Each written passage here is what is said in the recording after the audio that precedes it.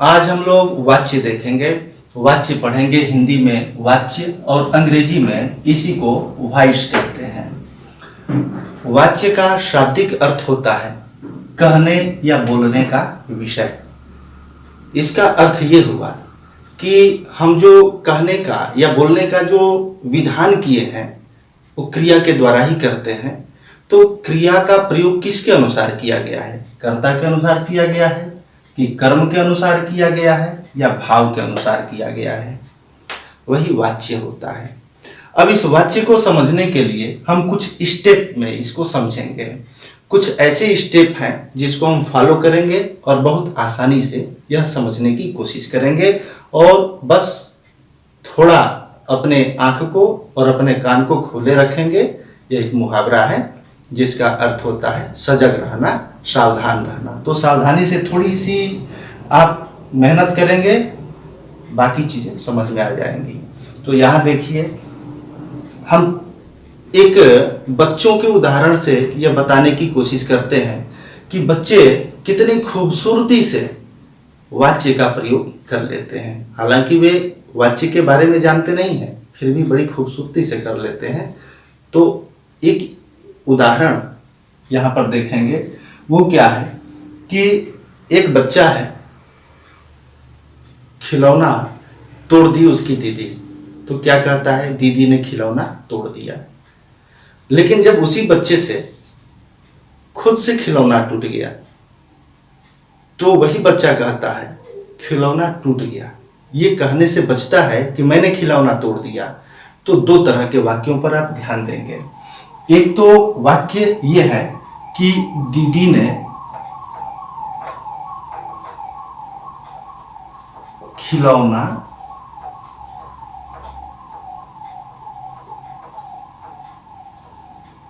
तोड़ दिया।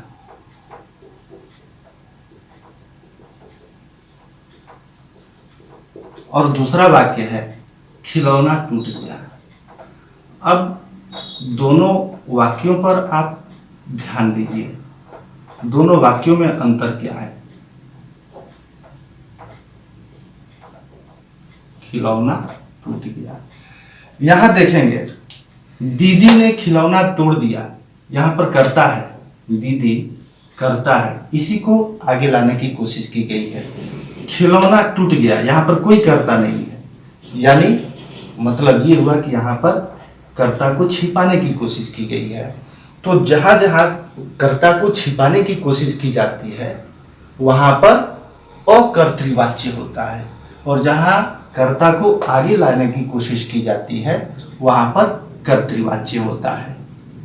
तो इस तरह से हिंदी में दो तरह के वाच्य होते हैं, एक कर्तृवाच्य और जिसको अंग्रेजी में एक्टिव वॉइस कहते हैं, और दूसरा अकर्तृवाच्य। कर्तृ अर्थात कर्ता से बना है। कर्ता जहां मुख्य होता है, कर्ता के अनुसार क्रिया का प्रयोग होता है, कर्ता के लिंग वचन के अनुसार, पुरुष के अनुसार जहां क्रिया का प्रयोग होता है वहां पर कर्तृवाच्य होता है। इसी को अंग्रेजी में एक्टिव वॉइस कहते हैं। अ का मतलब होता है नहीं, कर्तृ मतलब कर्ता के अनुसार नहीं क्रिया का प्रयोग होता है, वही अकर्तृवाच्य होता है।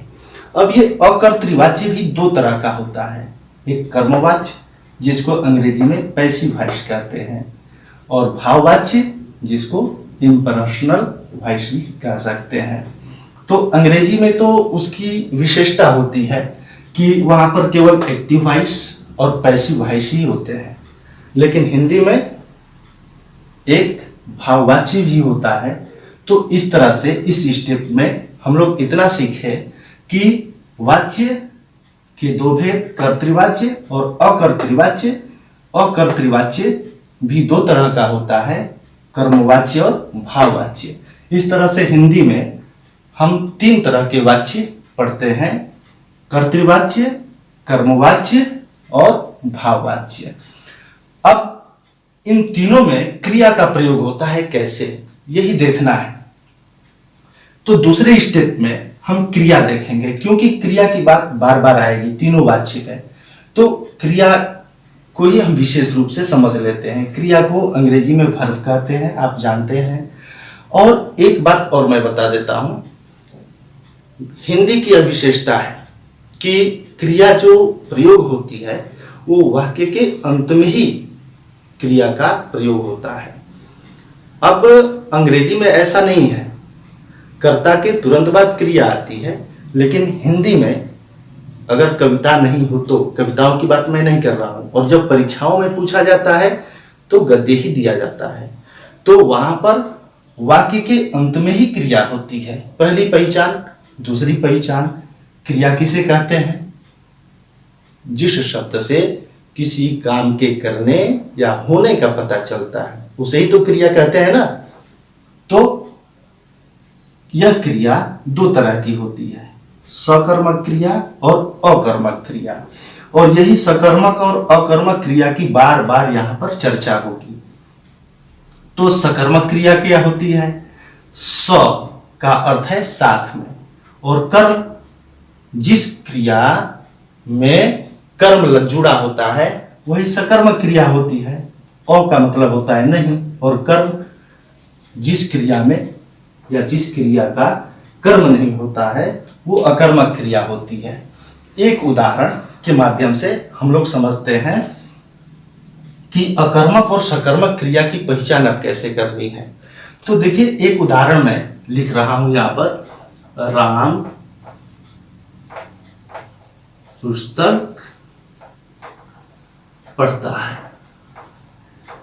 राम पुस्तक पढ़ता है। अब पहचान करेंगे कि क्रिया है कहां। तो पहली पहचान मैंने बताया कि वाक्य के अंत में ही, अंतिम भाग में ही क्रिया होती है, वाक्य के अंत में यह है। दूसरी बात यह है कि परिभाषा के अनुसार हम देखेंगे तो जिस शब्द से किसी काम के करने का पता चलता है उसे ही क्रिया कहते हैं। पढ़ता है शब्द से ही पता चल रहा है कि क्रिया हो रही है। अब हमको यह जानना है कि यह क्रिया अकर्मक है कि सकर्मक है। यह जानने के लिए एक बहुत ही आसान सा नियम है कि इसी के साथ क्या या किसे का प्रश्न जोड़ देते हैं। राम क्या पढ़ता है? इसका उत्तर मिलता है पुस्तक। अगर उत्तर मिल गया इस प्रश्न का तो समझिए कि यह क्रिया सकर्मक है। राम क्या पढ़ता है?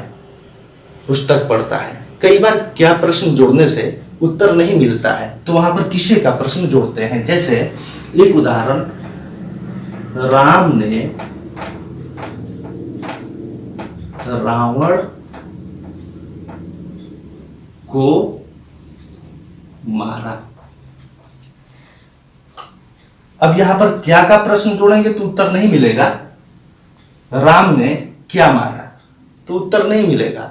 तो यहां पर दूसरे नियम का प्रयोग करते हैं, किसे मारा। राम ने किसे मारा तो उत्तर मिलेगा रावण को। उत्तर अगर मिल गया तो समझ जाना है कि यह क्रिया सकर्मक है। इस तरह से पढ़ता है और मारा, ये दोनों क्रियाएं सकर्मक में। अब एक अकर्मक की बात कर लेते हैं। राम सो गया। अब यहां पर क्रिया हम पहचान कर लिए नियम के अनुसार कि गया क्रिया है। अब यह प्रश्न है कि यह क्रिया अकर्मक है कि सकर्मक है। ठीक क्रिया से पहले क्या या किसी का प्रश्न हम जोड़ देते हैं। राम क्या सो गया, इसका कोई उत्तर नहीं बना और नहीं प्रश्न बना, और उत्तर मिलने की तो दूर दूर तक कोई संभावना नहीं है, इसलिए यह अकर्मक क्रिया है। ऐसे ही राम किसे गया, किसे सो गया। यहां पर यह समझ में आ गया कि अकर्मक क्या होती है और सकर्मक क्रिया क्या होती है और इसकी पहचान कैसे करते हैं। अब तीसरे स्टेप में हम यह समझने की कोशिश करेंगे कि कर्तृवाच्य की पहचान क्या है। वाक्य अगर आ जाता है तो ये पहचान करना है कि कर्तृवाच्य कैसे पहचानना है, कर्मवाच्य कैसे पहचानना है और भाववाच्य को कैसे पहचानना है। तो इसको पहचानने का सबसे आसान तरीका है कर्तृवाच्य। कर्ता से, कर्ता शब्द से ही कर्तृवाच्य शब्द बना है। तो एक नियम यह है कि कर्ता के अनुसार क्रिया का प्रयोग होता है। पहली पहचान ये होता है, कर्ता के अनुसार क्रिया का प्रयोग। ये मैंने कर्ता और क्रिया लिखा है, मतलब ये है कि कर्ता के अनुसार ही क्रिया का प्रयोग होता है। दूसरी पहचान ये है कि यहाँ पर क्रिया हमेशा सकर्मक रहती, अकर्मक और सकर्मक दोनों क्रियाओं का प्रयोग होता है। अकर्मक और सकर्मक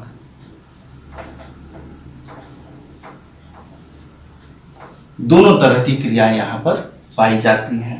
अब कर्ता के अनुसार क्रिया का प्रयोग, इसका अर्थ क्या हुआ? तो ध्यान से देखिए, मैं 2 से 3 वाक्य लिखता हूं, आप समझ जाएंगे कि कर्ता के अनुसार क्रिया का प्रयोग मतलब कर्ता के वचन के अनुसार क्रिया का प्रयोग होता है, कर्ता के लिंग के अनुसार क्रिया का प्रयोग होता है। मतलब कर्ता एक वचन है तो क्रिया भी एक वचन होगी, कर्ता पुल्लिंग है तो क्रिया पुल्लिंग, कर्ता स्त्रीलिंग है तो क्रिया स्त्रीलिंग। उदाहरण के लिए सबसे आसान उदाहरण है, पहला उदाहरण, लड़का पढ़ता है।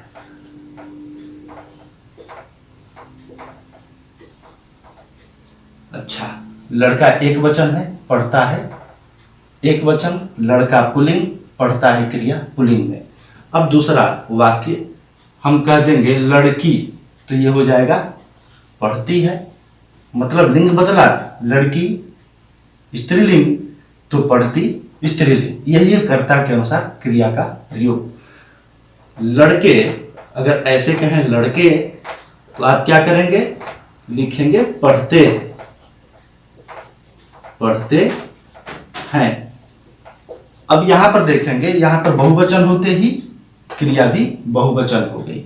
तो यही कहने का मतलब है कि कर्ता के अनुसार ही क्रिया का प्रयोग होता है, कर्ता के लिंग, वचन और पुरुष के अनुसार क्रिया का प्रयोग होता है। क्रिया अकर्मक और सकर्मक दोनों हो सकती है, यही इसकी पहचान है।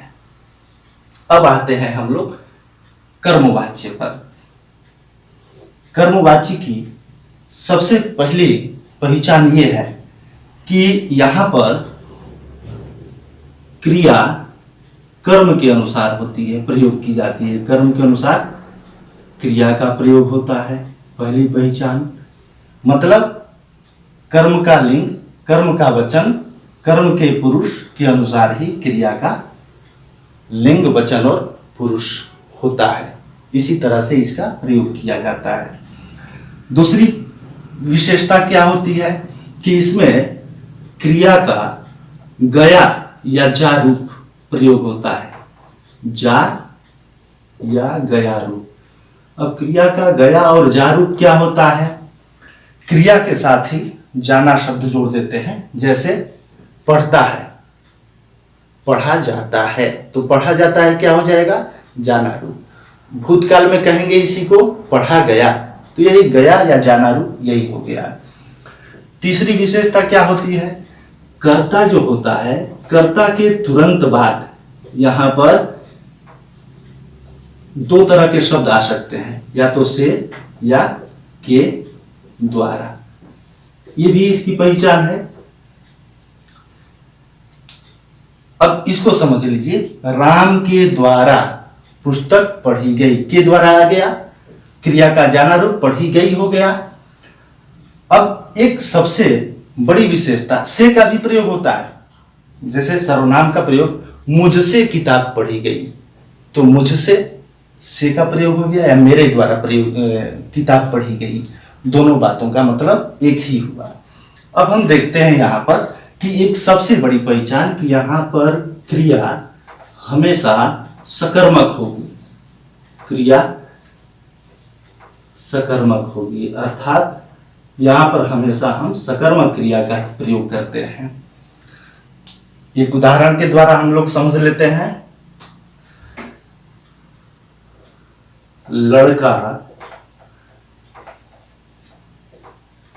के द्वारा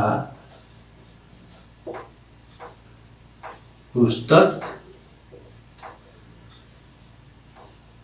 पढ़ी गई, लड़का के द्वारा पुस्तक पढ़ी गई। अब देखिए ये कर्मवाची की पहचान हम करेंगे कि ये कर्मवाच्य में है कि नहीं है। देखिए सबसे पहली पहचान की गई है, कर्म के अनुसार क्रिया का प्रयोग होगा। लड़का यहां पर पुल्लिंग है, आप देख रहे हैं लड़का, लेकिन क्रिया यहां पर देख रहे हैं, क्रिया यहां पर पढ़ी गई स्त्रीलिंग है। इसका मतलब कर्ता के अनुसार क्रिया का प्रयोग नहीं किया गया है।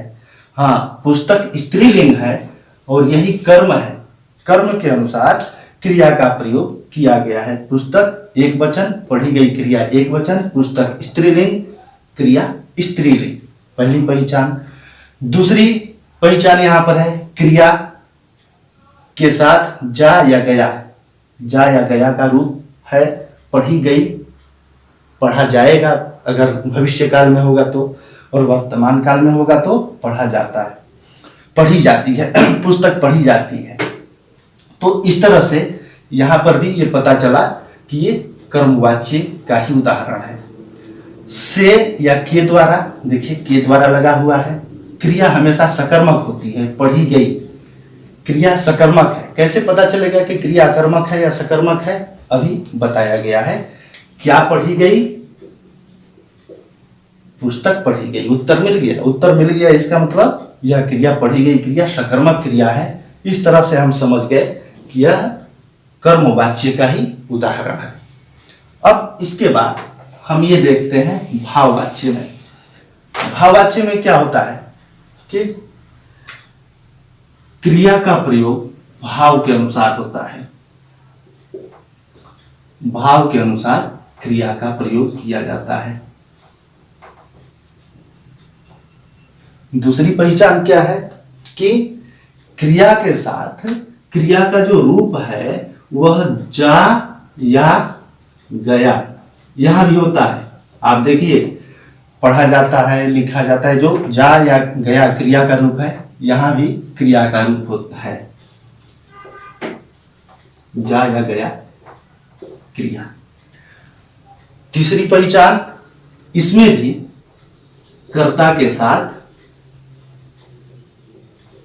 से या के द्वारा लगा रहता है या लगाया जाता है। यहां भी लगाया जाता है, यहां भी लगाया जाता है। अब अंतर क्या है, आप कैसे पहचान करेंगे कि जब इसमें भी क्रिया का जा या गया रूप है, यहां भी क्रिया का जा या गया रूप है, यहां कर्ता के साथ से या के द्वारा है, यहां पर भी कर्ता के साथ से या के द्वारा लिखा हुआ है। अब दोनों में अंतर क्या है? एक अंतर है और वही सबसे बड़ा अंतर है। यहां पर देखिए क्रिया हमेशा सकर्मक होती है, लेकिन यहां पर क्रिया हमेशा अकर्मक होती है। यह अकर्मक क्रिया अगर समझ गए तो समझ जाइए कि आप भाववाच्य और कर्मवाच्य में अंतर करना सीख गए। यानी सकर्मक क्रिया और अकर्मक क्रिया का मुख्य अंतर है, और सामान्य तौर से अधिकांशतया भाववाच्य का जो प्रयोग होता है वो नकारात्मक वाक्यों में ही होता है। यह अधिकांशतया है, हमेशा नहीं है। अब एक उदाहरण भाववाच्य का भी हम लोग देख लेते हैं। राम के द्वारा, राम के द्वारा या राम से, दोनों बातें एक ही हैं। राम के द्वारा नदी में नहाया गया, नहाया गया। अब इसको आप देखेंगे कि राम अर्थात कर्ता, कर्ता के बाद के द्वारा लगा हुआ है, तो जाहिर सी बात है ये कर्तृवाच्य है नहीं, या तो ये कर्मवाच्य है या तो भाववाच्य है।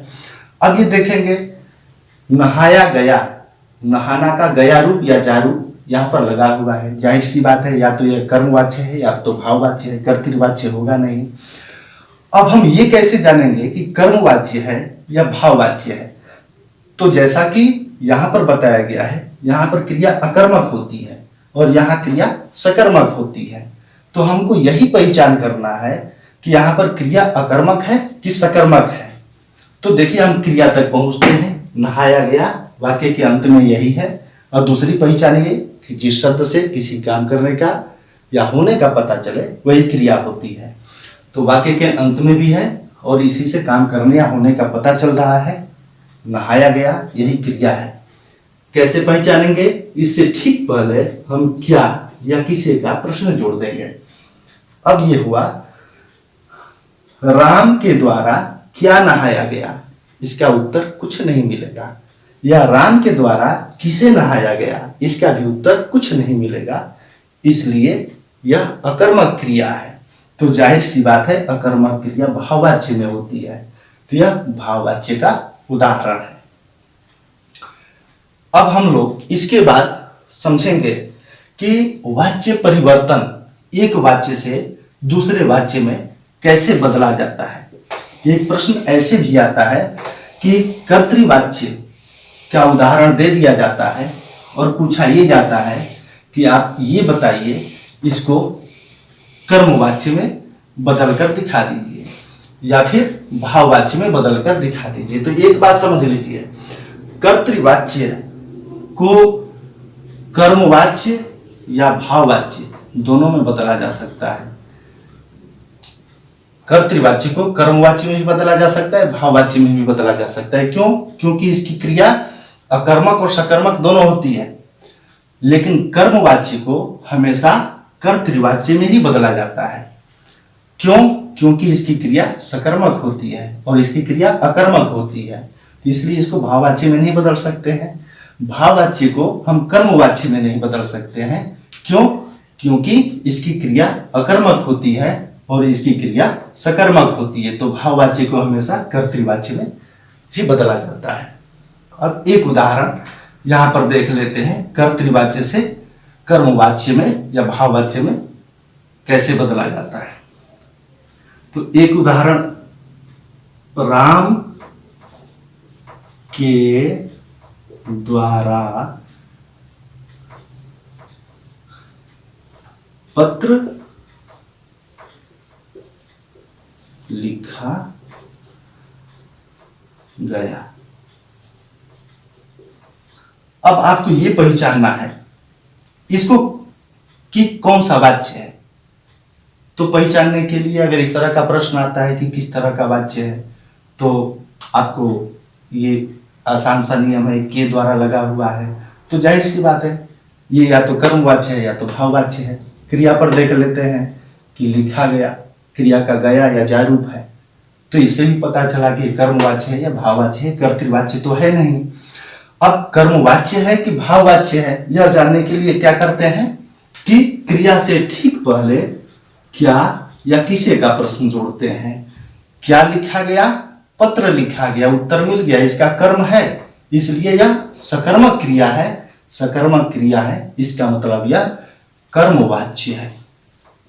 यह वाक्य जो है कर्मवाच्य का उदाहरण है। अब कर्मवाच्य को हमेशा हम कर्तृवाच्य में ही बदलते हैं। तो इसको कर्तृवाच्य में बदलने के लिए करते क्या है? सबसे पहला नियम यह है कि इसके द्वारा जो ये लिखा हुआ है इसी को हटा देते हैं। तो ये वाक्य बन गया राम, और क्रिया का जाना रूप हटा देते हैं। तो लिखा गया मतलब लिखना है। अब ये भूतकाल में है तो केवल लिखा होगा। इसके बाद जो कर्म है वो तो लिख ही देते हैं, राम पत्र। अब क्या बच गया? ये क्रिया में थोड़ा सा बदलाव करते हैं, लिखा गया रूप हटा देते हैं, राम पत्र लिखा। बहुत आसान नियम।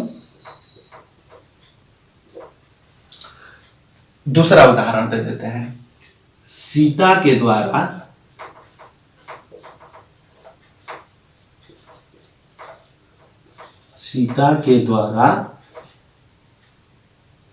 आम खाया गया। जो अभी नियम बताए उसके अनुसार ये देखिए, खाया गया, आम खाया गया। आम खाया गया, क्या खाया गया? आम खाया गया। जाहिर सी बात है कि इसका कर्म है, अर्थात यह खाना जो है सकर्मक क्रिया है, इसलिए यह कर्मवाच्य में वाक्य है। इतनी पहचान हो गई, के द्वारा भी लगा हुआ है, पहचान सीधी हो गई कि कर्मवाच्य में वाक्य है। इसको हम कर्तृवाच्य में बदलते हैं तो सबसे पहले इसको क्या करते हैं, के द्वारा को हटा देते हैं। तो ये वाक्य हो गया सीता।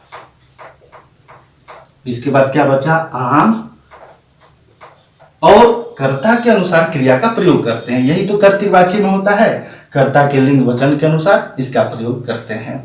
खाया गया मतलब खाई, भूतकाल में है ना, खाई, सीता आम खाई। ये हो गया कर्मवाच्य से हम कर्तृवाच्य में बदल दिए। और एक दूसरा उदाहरण, कर्तृवाच्य से हम कर्मवाच्य में बदल लेते हैं तो और अच्छे से समझ में आ जाएगा, पूरी तरह से दिमाग में बैठ जाएगा। कर्तृवाच्य का एक उदाहरण, लड़का पत्र लिखता है, लिखता है। अब ये किस वाच्य में है, अगर इस तरह का प्रश्न पूछा जाए तो लड़का, इसमें से के द्वारा तो है नहीं, आप समझिए सीधे की, और क्रिया का जाना रूप भी नहीं है, तो सीधे समझिए कर्तृवाच्य में है।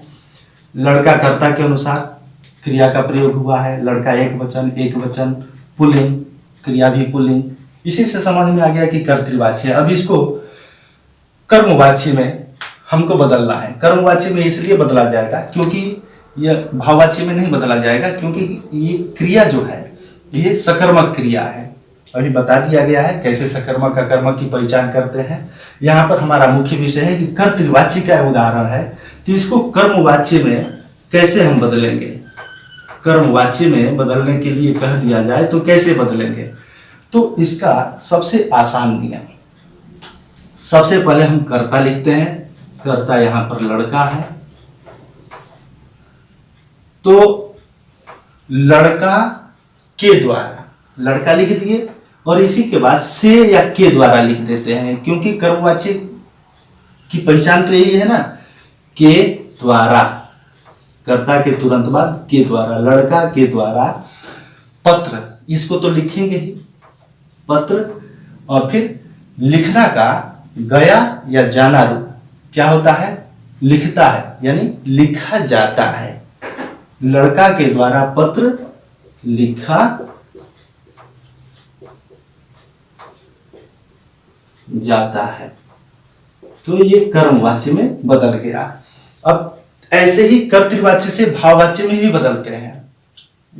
यहां पर भी कर्तृवाच्य से भी भाववाच्य में बदलने के लिए नियम यही अपनाते हैं। एक उदाहरण इसका भी हम लोग देख लेते हैं, एक कर्तृवाच्य का उदाहरण, लड़का